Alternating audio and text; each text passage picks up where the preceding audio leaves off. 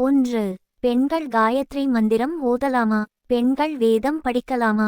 காயத்ரி மந்திரம் ஓதலாமா? இது ரொம்பவுமே விவாதத்திற்குரிய விஷயமாக இருக்கிறது. கூடவே கூடாது என்று சாஸ்திரங்களை மேற்கோள் காட்டி பண்டிதர்கள் பலர் கூறும்போது, அதே சாஸ்திரங்களை மேற்கோள் காட்டியும் பிரதானமாக உள்ள வேத இலக்கியங்களை மேற்கோள் காட்டியும் ஆணுக்குள்ள அதே உரிமை வேதத்தின் பால் பெண்களுக்கும் உள்ளது என்று பல பெரியோர்கள் கூறி வருகின்றனர். காயத்ரி பரிவாரை நிறுவியும் பல ஆயிரம் பக்கங்கள் எழுதி காயத்ரி மந்திரத்தை பெண்களும் ஓத வேண்டும் என்று அழுத்தம் திருத்தமாகச் சொன்ன ஆசாரியருமான ஸ்ரீராம் சர்மா ஆசாரியர் கூறுகின்ற சம்பவம் சுவையானது. பெண்களுக்கு ஏன் ஆண்களுக்கும் கூடத்தான் விழிப்புணர்ச்சி ஊட்டவல்லது.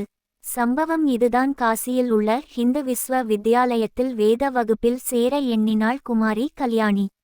விண்ணப்ப படிவத்தை வாங்கியோர் திகைத்தனர். பெண் வேதம் படிப்பதா?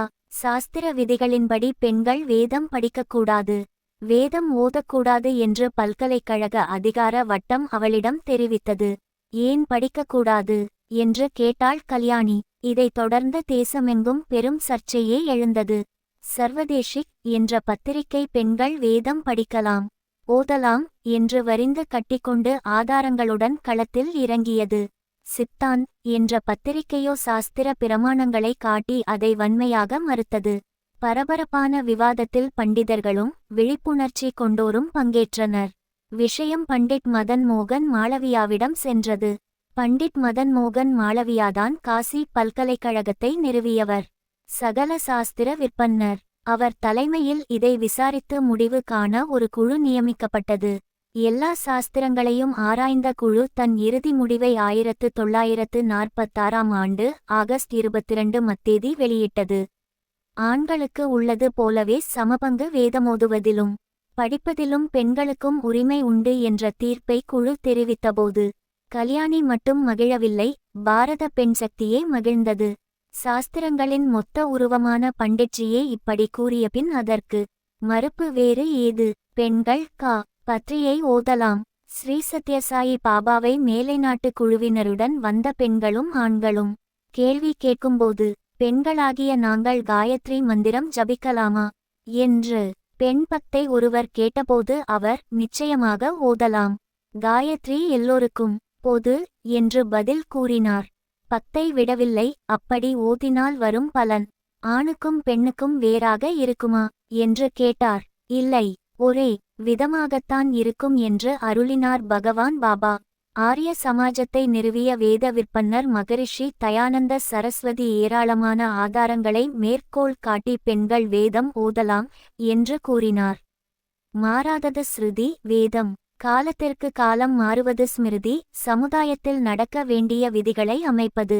காலத்திற்கு ஏற்ப விதிகளை அமைக்கும் ஆச்சாரியர்கள் இப்படி விதிகளை தந்த பின்னர் அல்லது பழைய விதிகளின் மேல் விளக்கம் கூறிய பின்னர் கவலைப்படாமல் பாரதத்தின் பெண்சக்தி காயத்ரி சக்தியை தன்னுள் ஏற்றிக்கொண்டால் உலக அரங்கில் பாரதம் பழைய நிலையை சீக்கிரம் அடைந்துவிடும். மெக்காலே தன் கனவை பற்றி தன் தாய்க்கு ஒரு கடிதம் எழுதினான்.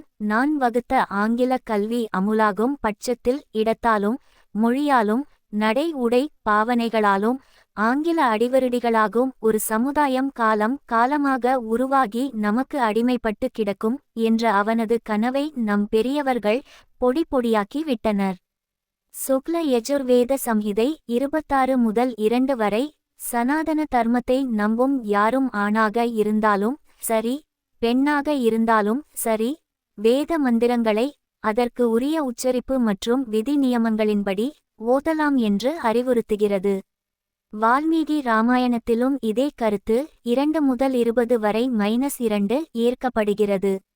கோசலை அக்னி ஹோத்திரம் செய்வதை வால்மீகி பில் காணலாம். 7ஆம் நூற்றாண்டைச் சேர்ந்த கவிஞரான பாணர் தனது காதம்பரியில் உபநிடத கருத்துக்கள் அடங்கிய பிரம்ம சூத்திரத்தை பெண்கள் கற்கலாம் என்று கூறியுள்ளார். ரிக்வேதத்துடன் தொடர்பு கொண்டுள்ள 107 வேத ரிஷிகளில் 21 பேர் பெண்கள். ஆக இப்படி ஆதி வேதகாலம் தொட்டு அரவிந்த அன்னை வரை வரலாற்று வழியே வரும் போது வேத மந்திரங்களின் மீது பெண்களுக்கு உள்ள சம உரிமை தெரிய வரும். 107 கோடி உள்ள பாரத ஜனத்தொகையில் அனைவரும் படித்து மேம்பட்டு வருவதை உலக நாடுகள் குறிப்பாக வல்லரசுகள் கவலையுடனும் பயத்துடனும் பார்த்து வருகின்றன. தங்களை பின்னே தள்ளிவிட்டு பலமான பாரதம் உருவாகிவிடும் என்ற அந்த நாடுகளின் அச்சம் ஒரு பக்கம் இருக்க, சுவாமி விவேகானந்தர் கூறியபடி வரலாற்றின் நீண்ட சரித்திரத்தில் வன்முறையுடன் எந்த ஒரு நாடு மீதும் படை எடுக்காத ஒரே நாடு இந்தியாதான் என்பது உண்மை. ஆகவே உலக அழகிகளான பாரத பெண்கள் 5 முறை உலக அழகி பட்டத்தை நம்மை போல வென்ற இன்னுமொரு நாடு வெனிசுலா மட்டுமே.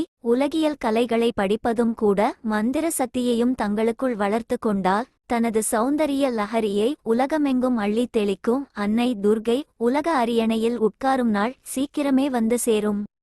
இந்த வீடியோ உங்களுக்கு பிடிச்சிருந்தா லைக் பண்ணுங்கள், ஷேர் பண்ணுங்கள், கமெண்ட் பண்ணுங்கள். மறக்காமல் இந்த சேனலை சப்ஸ்கிரைப் பண்ணுங்கள். நன்றி, வணக்கம்.